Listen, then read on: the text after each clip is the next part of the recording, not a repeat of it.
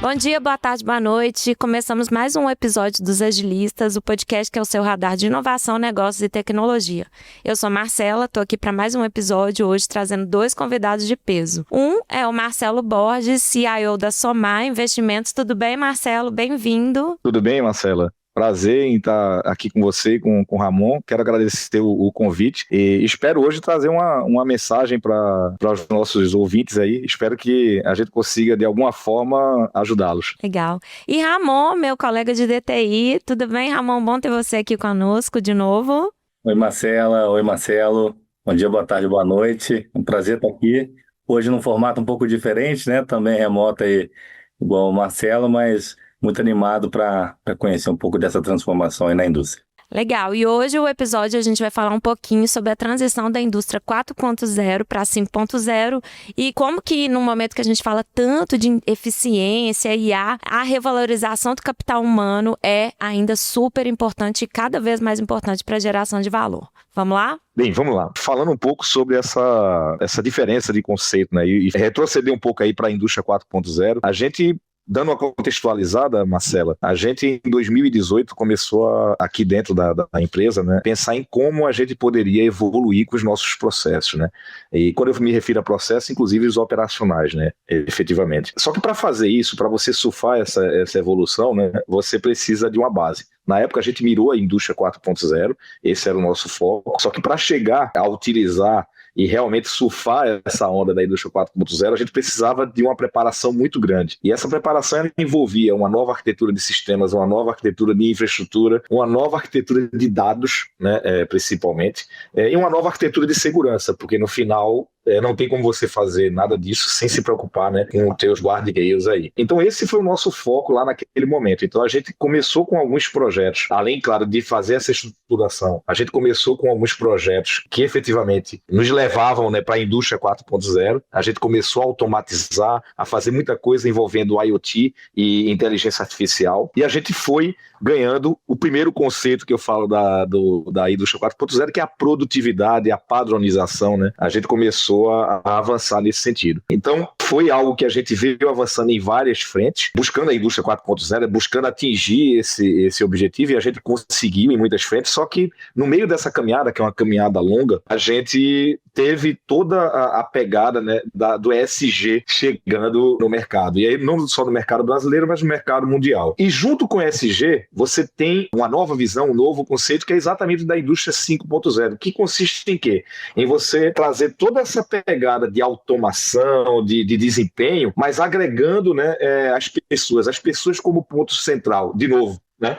Ou seja, a gente traz novamente as pessoas para o foco. E aí, quando eu me refiro às pessoas, estou te falando tanto na visão dos clientes, quanto na visão dos colaboradores, né? Ou seja, é um ecossistema completo. Então aí eu falo que esse é o verdadeiro ESG, onde você tem a produtividade, você tem a economia, você tem o meio ambiente sendo beneficiado, né, na forma como a gente trabalha com ele, interage com ele, e você tem efetivamente as pessoas aí como ponto central. Eu sempre falo, Marcelo, e esse é um conceito forte dentro da empresa, a empresa ela é feita de pessoas, ela é feita de gente. E gente para gente é muito importante. Então, eu acho que a indústria 5.0 ela alinha a nossa cultura, a cultura da nossa empresa, com esse cenário novo que essas novas tecnologias proporcionam. Eu estava estudando um pouquinho, né, até para conversar com você, que não era um tema que eu tinha muito domínio. O termo vem depois da quarta revolução industrial, né, ali, só para dar um contexto aí para os nossos ouvintes também, né, iniciada na virada do século e que foi a grande questão da digitalização e os processos, o intenso uso de dados para ganho de produtividade e eficiência. E agora a gente está vivendo um momento que eles estão falando da indústria 5.0, que eu acho que,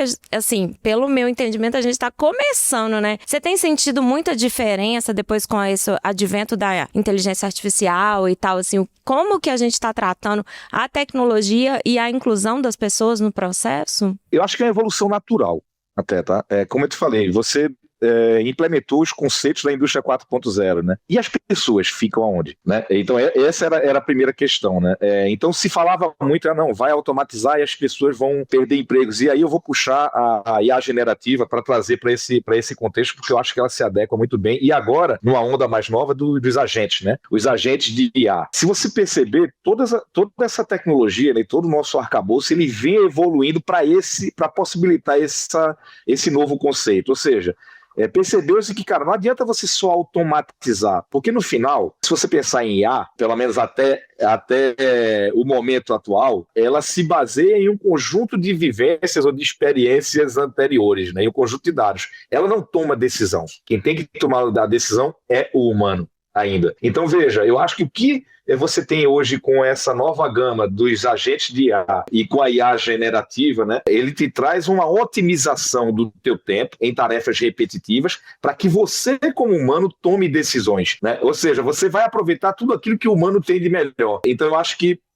todo esse arcabouço tecnológico que a gente está vivenciando hoje, ele te ampara para que a gente consiga dizer, olha, estamos iniciando uma nova era, a era da indústria 5.0. Ô, Marcelo, é interessante te ouvir, e se eu estou entendendo bem, né, a indústria 4.0 ela tem um pilar, um foco muito grande na automação. E a grande diferença da 4 para 5.0 está nessa característica de humanização, né, ou de trazer a relevância do humano para a decisão, para a tomada de decisão do negócio. Mas tanto na 4 quanto na 5, eu imagino que existam grandes dificuldades tecnológicas no sentido de conseguir integrar sistemas, dados e até, de certa forma, criar um ambiente no qual as pessoas também estejam familiarizadas com a tecnologia, que a gente está falando aqui de um canteiro de obra, por exemplo, e um escritório, conversando e usando novas tecnologias. Conta pra gente um pouquinho sobre, né, como vocês trabalharam esses dois aspectos, né, de ir aos poucos evoluindo tecnologicamente, mas também desenvolvendo novas habilidades nas pessoas para que de fato essa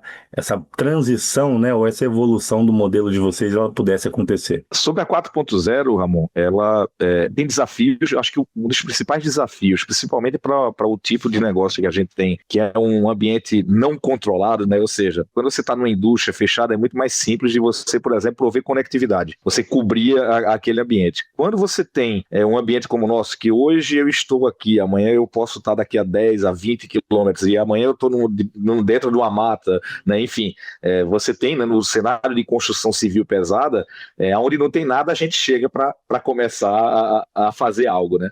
Então, ele é bem desafiador nesse aspecto, conectividade. E aí a gente começa com problemas, né, que, cara, só países como o nosso, de dimensões continentais, podem existir, né? Você tem cenários onde você tem, que são as capitais, basicamente, do país, né? Cara, uma situação muito legal em relação à conectividade, como você tem sombras aí em áreas remotas. Esse eu acho que é um dos desafios, tanto para 4 quanto para 5.0. E esse eu julgo que foi um dos grandes pontos que a gente teve que vencer, ou seja, criar subsídios, criar arcabouço para que a gente conseguisse fazer a primeira onda, que era a 4.0. Quando você consegue estabilizar e consegue realizar os primeiros projetos com a 4.0, eu falo sempre o seguinte, você estava citando, né, cara, como é que você conseguiu fazer tanto essa preparação quanto avançar? Eu falo que quando você pega pontos que são dores maiores dentro da empresa e você consegue atingir através de projetos essas dores e consegue dar resultado, isso te dá background para que você consiga fazer reformas estruturais. E, por exemplo, você reimplantar RP é uma reforma estrutural. Eu brinco que não tem coisa mais chata do que reimplantar RP, porque, cara, você não vai trazer um novo benefício, teoricamente, para a empresa. Mas sim, a gente sabe no final, porque você precisa organizar dados. Eu falo, não adianta a inteligência artificial se você não tem um bom dado, né? Se você não tratou isso, se você não tem um dado legal, cara, a inteligência artificial vai cuspir algo ruim para você no final. Então, além de a gente se preocupar com conectividade e de reestruturar, a gente tem aí no meio um outro grande ofensor, a segurança. Não adianta eu só tentar fazer a coisa e que a coisa tenha rachabilidade, que ela tenha governança. Eu preciso fazer com que isso seja envolto de segurança. E aí, cara, eu acho que é chover no molhado falar o quanto é desafiador falar em segurança nos últimos anos, né? Principalmente agora. Então, eu acho que é equilibrar esses pratos. Então, por isso que eu te citei de fazer uma nova estrutura uma nova estrutura de sistemas, de infraestrutura e de segurança, são pilares para você poder ter algo legal na nova arquitetura de dados. E aí, a partir do momento que a gente estruturou isso, que a gente conseguiu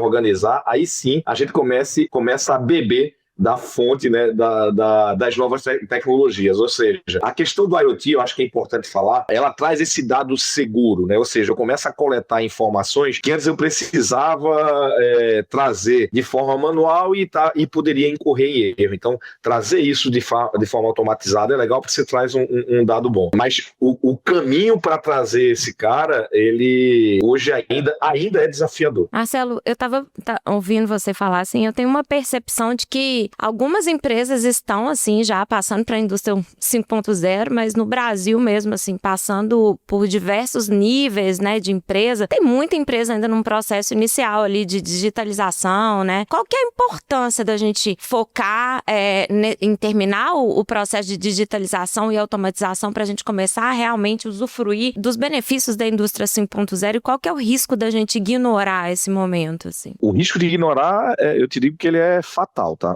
Por exemplo, você não conseguir se estruturar bem, eu digo no nível de dado, é o que tu tinha falado agora há pouco, você fatalmente vai coletar algo errado do outro lado. Ou seja, se você bota a IA para trabalhar em cima de um dado não confiável, o que ela vai te dar ali de informação é uma informação deturpada. Então, assim, eu sinceramente acho o seguinte, não necessariamente você precisa fazer tudo, sabe, Marcelo? Ou seja, eu preciso pegar toda a minha estrutura de sistemas e refazê-la toda para começar com algo. Mas o que é que eu julgo que você pode fazer? Você pode fasear isso. Cara, o que é importante para a minha empresa? Por exemplo, eu sou empresa do varejo, então a questão de vendas para mim é fundamental. Começa por aí. Começa estruturando bem esse dado, avança com para que você tenha um dado confiável e rastreável, e aí sim você vai poder estar utilizando IA ali naquele nicho, digamos assim, para poder evoluir com isso até chegar, eu acho que num ponto de maturidade que te dê confiança de avançar.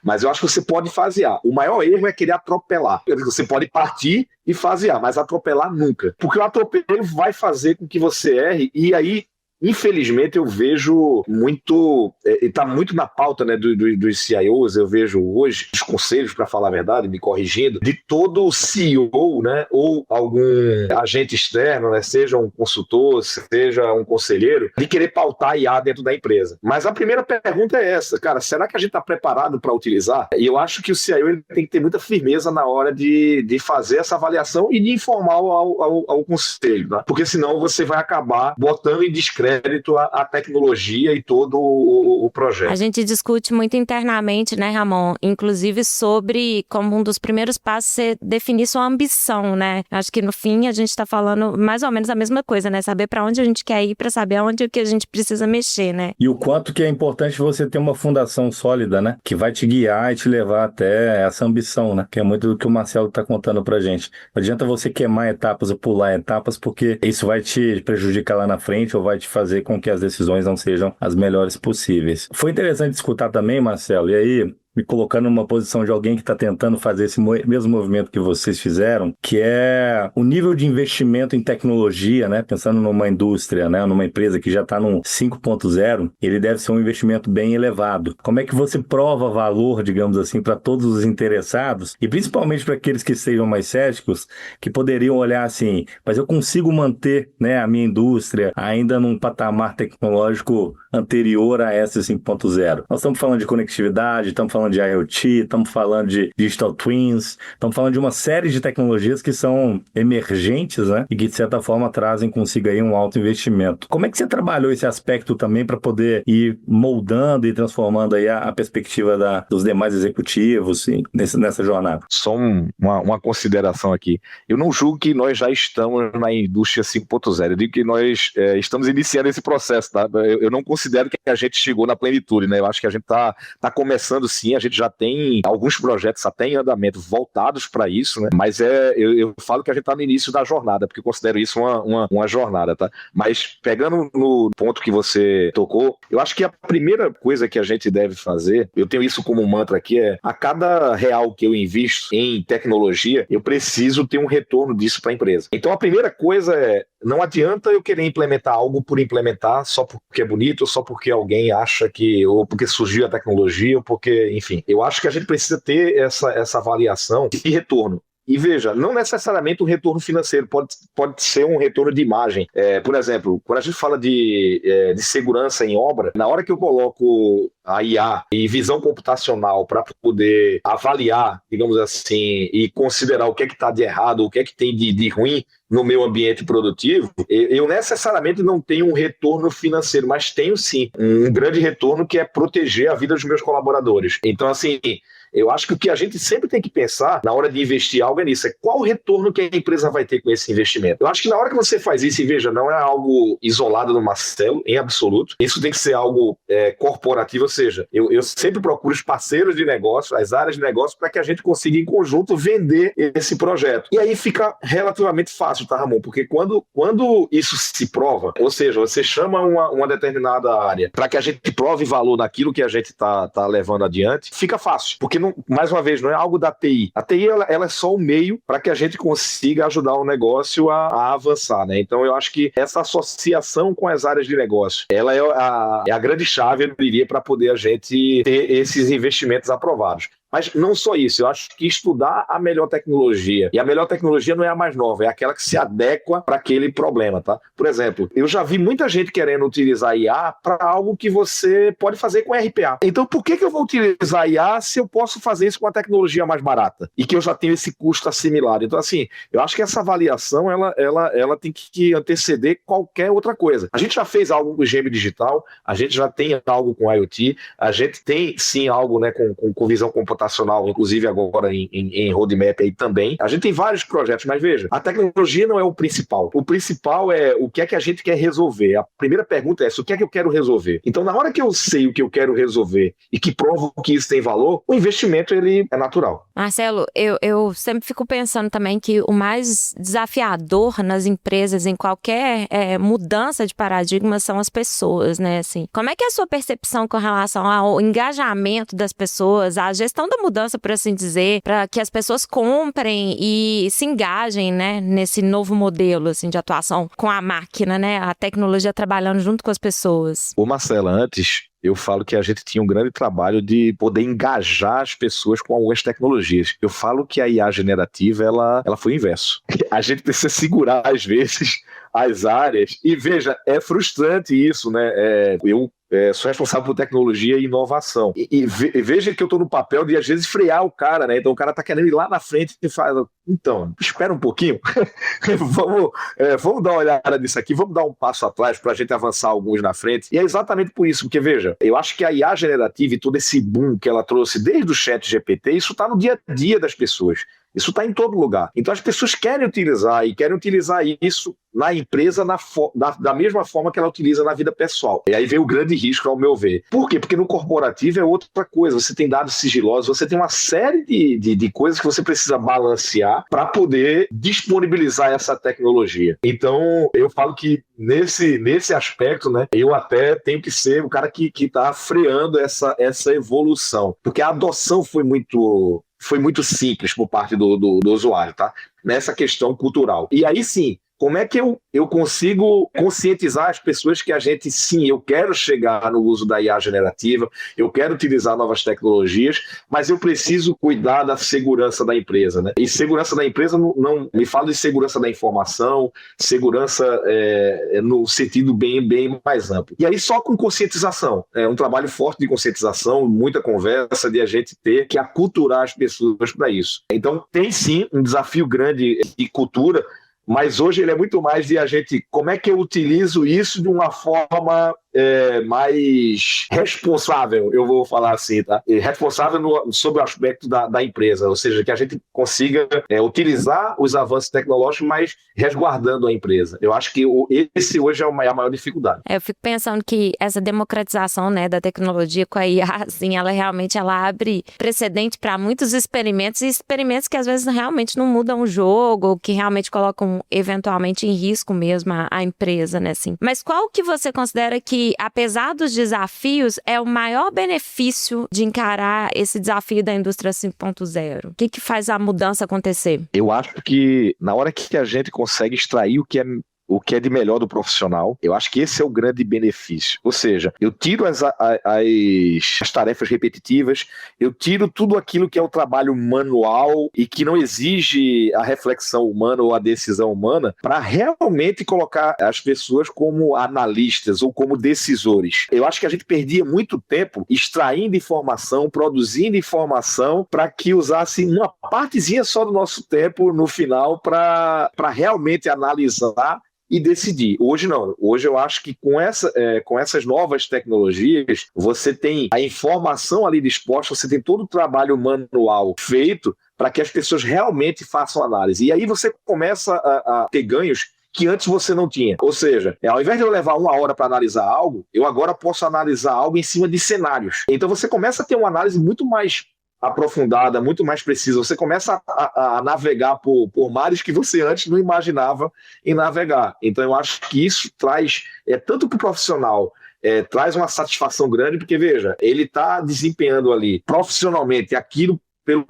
para o qual ele se preparou, ou seja, ele não está produzindo informação que qualquer pessoa poderia teoricamente produzir, e aí ele começa a utilizar e avançar nesse potencial profissional sem essa necessidade do trabalho repetitivo, do trabalho chato. Acho que esse é o grande ganho. Mais uma vez, a gente consegue avançar nesse aspecto para algumas áreas, outras a gente ainda está construindo. Isso é um processo natural de maturação. Lembra que eu falei alguns minutos atrás que acho que vale a pena sempre escolher quais desafios você vai atacar. E eu acho que é isso que a gente vem fazendo. Então, tem coisas que a gente está bem avançado e sim, está iniciando trabalhos na indústria 5.0 e tem coisas que não. Tem coisas que eu ainda estou iniciando lá a automação ainda para extrair o dado e fazer com que isso evolua. Mas é um processo natural. E não dá para você querer fazer Big Bang, né? Ou seja, cara, vou fazer tudo para depois fazer, né, entrar numa outra fase. Não é isso. A vida não é assim, né? A vida, ela é de aprendizado constante. E como, mais uma vez, eu insisto na palavra jornada. Eu acho que é isso que a gente vem criando aqui. É uma jornada e que, através dessa jornada, a gente vem avançando. Legal. Um dos pontos, assim, desse novo momento que a gente está vivendo, que todo mundo fala, é a hipercustomização, né? A oportunidade, com tanta tecnologia disponível, da gente criar jornadas customizadas e pensadas para o indivíduo. A gente gosta muito de case. Marcelo, você tem algum case legal aí que vocês conseguiram implementar, assim, pensando na hipercustomização? Tem um bem recente agora que a gente fez, usando o Agent Space. Eu não vou falar qual é a brand aqui, né, qual é a marca, mas enfim, é de uma empresa, de uma das Big Techs, né? A gente fez um projeto para análise de editais, né? A gente recebe editais e esses editais, eles são editais, digamos assim, bem extensos, né? E que você precisa estar analisando eles com muito cuidado. Vou te dar um exemplo, um dos testes que a gente fez, né? A gente tinha um edital com 640 páginas, por exemplo, e eu precisava analisar esse edital, preciso analisar, né, em qualquer concorrência que eventualmente a gente vai entrar, para, no primeiro momento, avaliar se eu tenho atestados técnicos que me habilitem a entrar naquela concorrência. Se não tiver, isso já é um exclusor, ou seja, eu não tenho nem como entrar se eu não conseguir atender o que tá lá. E esse era um trabalho manual, feito por pessoas com um nível bom, né? Porque as pessoas precisam ter um nível bom, uma capacidade técnica boa para avaliar isso, não é algo simplório, né? Ou seja, eu não consigo colocar qualquer pessoa para fazer isso. Então são pessoas experientes que têm know-how para poder avaliar isso, mas era algo, até pelo volume, né? Você vê que era algo que a gente levava algumas semanas para concluir esse trabalho. A gente, através de Agent Space, e utilizando, né, todo o know-how dessas pessoas, que foram eles que ajudaram a construir esses agentes, a gente hoje fez isso em 7 minutos. Que mudou o jogo mesmo, né? Muda o jogo, não tem como, né? Isso é um dos exemplos. A gente tem hoje também criado alguns outros agentes, também com finalidades similares a essa. Alguns eu não posso falar ainda, a gente está em roadmap, mas a ideia sempre é essa, ou seja, é identificar aquilo que, veja, era um trabalho cansativo, repetitivo e chato, e que a gente transformou em algo com potencial, além da agilidade, mas com a precisão também muito boa, tá, Marcela? Mas é isso, é uma jornada, e acho que esse trabalho de identificação e essa parceria entre homem,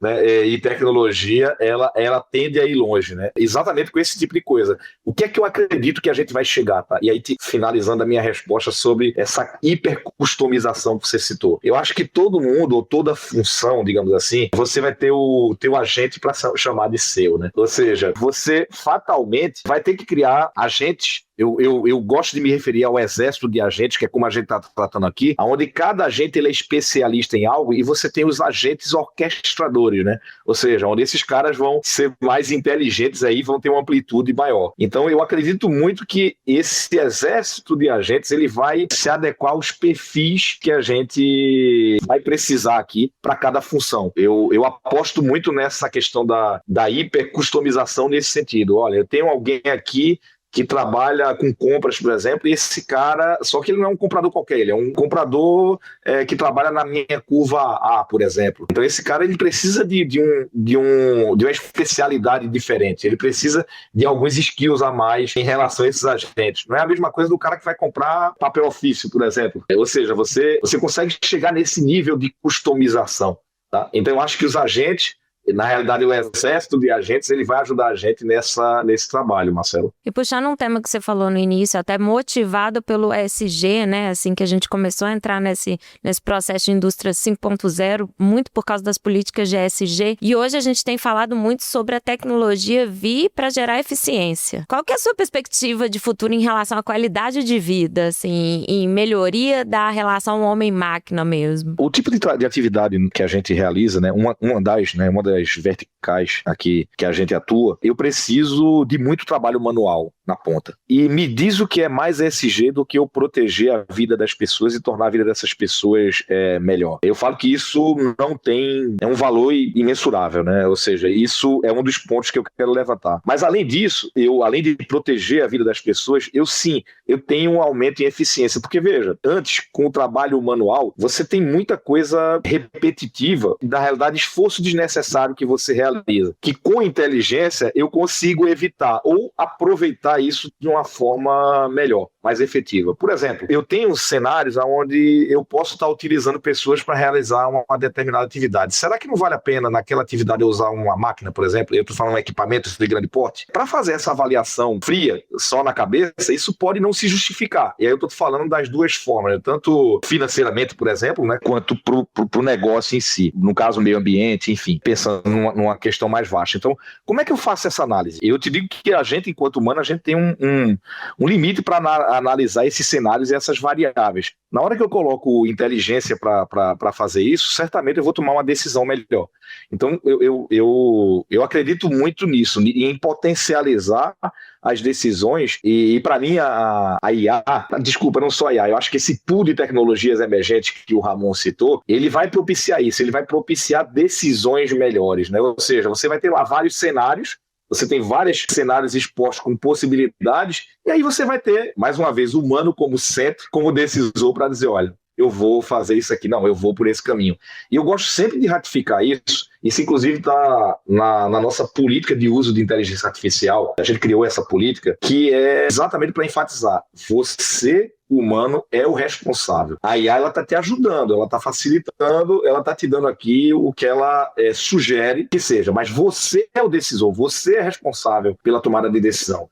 Eu acho que esse é um ponto que vale reflexão, tá? As pessoas não podem entrar no piloto automático de o que a IA falou está correto. Não, eu acho que todo mundo, né, como você citou, você é profissional de marketing, no final das contas, se a IA te sugerir uma campanha e dizendo que aquela campanha tem uma alta probabilidade de dar certo, cara, eu acho que teu feeling como profissional é o que vai dizer se realmente aquilo vai funcionar ou não. A IA ela pode te ajudar, mas não pode ser a decisora. Ô, Marcelo, te escutando, me veio um ponto que é bem interessante, assim, porque é o seguinte, a gente acredita muito no poder, né, que a ponta tem nesses processos de transformação, né, e tem tudo a ver, né, com a indústria e com o que a gente está conversando aqui hoje. Por outro lado, é muito comum também a gente perceber que ainda existem em grandes empresas um viés de grandes mudanças virem, né, principalmente de uma camada mais estratégica, de uma camada que está ali mais direcionadora ao negócio. Por outro lado, né, entendendo que a ponta também tem um conhecimento bem interessante, a ponta também tem a capacidade de trazer novas perspectivas de experimentação, de soluções e tudo mais. Você tem algum exemplo, algo que durante essa jornada, né, até hoje que vocês, né, já progrediram, de que algo que a ponta trouxe, de fato, seria algo a ser incorporado dentro desse trabalho de vocês de transformação, de adaptação à indústria 5.0, por exemplo? Eu tenho alguns tantos. Que bom. E aí eu queria só fazer uma parte aqui. Eu acho que você tocou em um ponto, e a gente falou sobre cultura lá atrás. Eu acho que a gente teve a felicidade, né, aqui nas empresas, de ter gestores, né, os presidentes, né, das empresas, eles entenderem que inovação era algo essencial. E eu não estou falando só de tecnologia da informação, é de inovação para o negócio como um todo, né? A empresa entendeu, os presidentes entenderam que a gente precisava mudar, a gente precisava avançar. E por que eu estou citando isso? Porque inovação se transformou num dos pilares de todas as empresas controladas do grupo. Então, inovação é algo que vem desde a camada de cima até embaixo. Na hora que você tem esses sponsors, né? Ou seja, na hora que você tem esses caras comprando essa ideia e incentivando isso, tudo começa a ficar melhor. Inclusive, e aí vem respondendo a tua pergunta, para que o cara lá na ponta, ele tenha a coragem, né? Porque muitas vezes era isso, você tinha às vezes um ambiente ali tão complicado que o cara ficava na dúvida se ele sugeria algo, se ele apontava uma solução, e hoje não, isso é incentivado na empresa. Então por isso que minha resposta foi, cara, tem um monte de ideia que infelizmente a gente não consegue implementar todas. Mas eu vou te dar uma bem mais recente agora. A gente tem uma problemática grande aqui, que é com a indústria de concretos, né? A gente, dependendo do tamanho do empreendimento, a gente instala uma indústria, tá, para produzir concreto. O controle disso, há muitos anos, era um desafio, era muito manual. E a gente teve um cara na ponta fazendo um protótipo funcional, inclusive, claro, um ambiente controlado, tá? E essa sugestão, cara, ele fez, a gente, né, levou foram feitos os testes, foi feito o piloto, e uma vez aprovado, a gente agora vai transformar isso, vai escalar isso em algo que realmente vai estar transcendendo toda a empresa. E veja, foi algo de um engenheiro mecânico, de um dos empreendimentos da gente, que viu que isso era um problema antigo e que esse cara teve a iniciativa de realizar isso. Isso é só um exemplo, cara, tem muitos outros exemplos para te dar, mas esse é bem marcante, porque, cara, faz pouquíssimo tempo, foi algo que aconteceu há pouco tempo e que tem uma importância absurda dentro do nosso processo. O seu exemplo tangibiliza muito o que a gente acredita, né? A inovação, ela não é uma diretriz, ela não é uma área. A inovação, ela precisa estar presente na cultura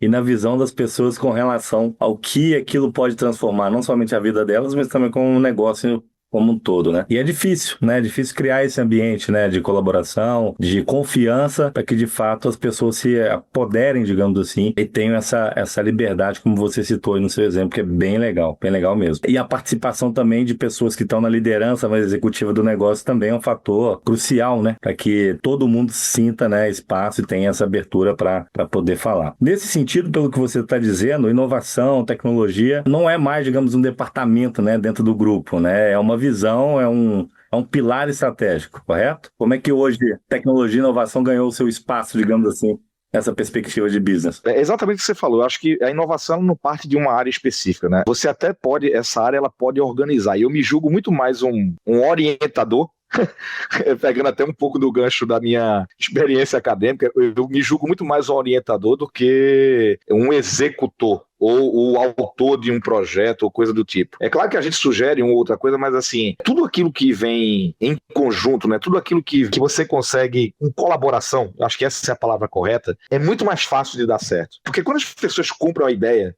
né, quando as pessoas se sentem parte, se sentem autoras daquilo ali, eu acho que isso traz essa onda de uma forma muito mais simples e eu acho que traz uma segurança para o projeto, tanto para a gente investir, no projeto, quanto para que no decorrer a gente tenha sucesso naquilo que foi pensado, tá? Eu falo que essa onda positiva e colaborativa, ela ajuda muito para que a gente consiga efetivamente atingir os nossos objetivos, tá, Ramon? É muito legal encontrar, assim, trazer para o podcast empresa que tem uma conexão de valor mesmo com o que a gente fala sempre aqui, né? Sobre propiciar um ambiente colaborativo, onde as pessoas têm segurança psicológica e tem um centro que habilita e que faz a coisa acontecer, né? Que eu acho que é o exemplo que você trouxe aqui. A pessoa que está na ponta sente a dor, ela tem a ideia, mas precisa de uma gestão, comprando a ideia junto, liberando, né? E habilitando a mudança. Meninos, a gente já está chegando aqui para o fim, mas eu não queria terminar sem antes de pedir uma recomendação, Marcelo. Se você tem algum conteúdo de qualquer tema que você gostaria de indicar para os nossos ouvintes. Cara, tem um livro que eu falo que ele é transformador, pelo menos para mim, né? E eu vou contextualizar, é o Hit Refresh do Satya Nadella, né? Nadella. Eu vou te falar por quê. Você imagina, depois que o Bill Gates saiu, né, da Microsoft, teve uma passagem ali durante anos de um executivo, e eu vi durante muitos anos a Microsoft num momento de decréscimo, eu vou falar assim, tá? Eu não tô falando de faturamento, eu tô falando de visão, né, do que era aquela empresa. E ele transformou, né, o Satya, ele é um indiano, ele chega, né, e ele transforma completamente a visão da Microsoft e a empresa, cara, começa a alavancar numa forma absurda. Então, eu certamente é um livro que eu recomendo. Eu acho que ele passa um pouco de tudo isso que a gente está falando. É claro que ele está visionando, né, de como transformar a empresa, de como fazer a empresa alavancar, mas ele tem um aspecto humano, que é exatamente o que a gente está falando aqui, que, cara, é o que eu acho que ajudou a concretizar os planos dele, né? Então fica minha recomendação. Legal, obrigada. Muito obrigada por ter você aqui conosco hoje. Obrigada, Ramon, pela companhia também. Obrigado a vocês aí pelo convite e pela oportunidade de trocar essa ideia com o Marcelo. Foi bem interessante conhecer um pouquinho, né, dessa jornada que ele está construindo lá junto ao time da Somar, e com certeza futuramente a gente vai ter muito para se falar aqui também sobre essa jornada. Não, com certeza. Ramon, obrigado mais uma vez. Marcela, obrigado pelo convite. Mais uma vez, eu só espero que esse bate-papo, de alguma forma, ajude quem está acompanhando, né? Quem vai ver e ouvir. Eu espero que, de alguma forma, a gente tenha colaborado. E, assim, não existe certo e errado. E deixar bem claro, dentro desses acertos, né, que hoje sim eu considero que a gente teve muitos acertos, a gente também errou bastante, tá? Então eu acho que resiliência é uma palavra que eu quero deixar aqui gravada. Ser resiliente, eu acho que é a chave para poder chegar e conquistar o objetivo final, tá? Um passo a cada dia, né? Por fim, obrigada aos nossos ouvintes por acompanhar a gente aqui. Deixa seu like na sua plataforma de streaming preferida. No Spotify pode fazer comentários também. E acompanha a gente nas redes sociais. Obrigada, até o próximo episódio.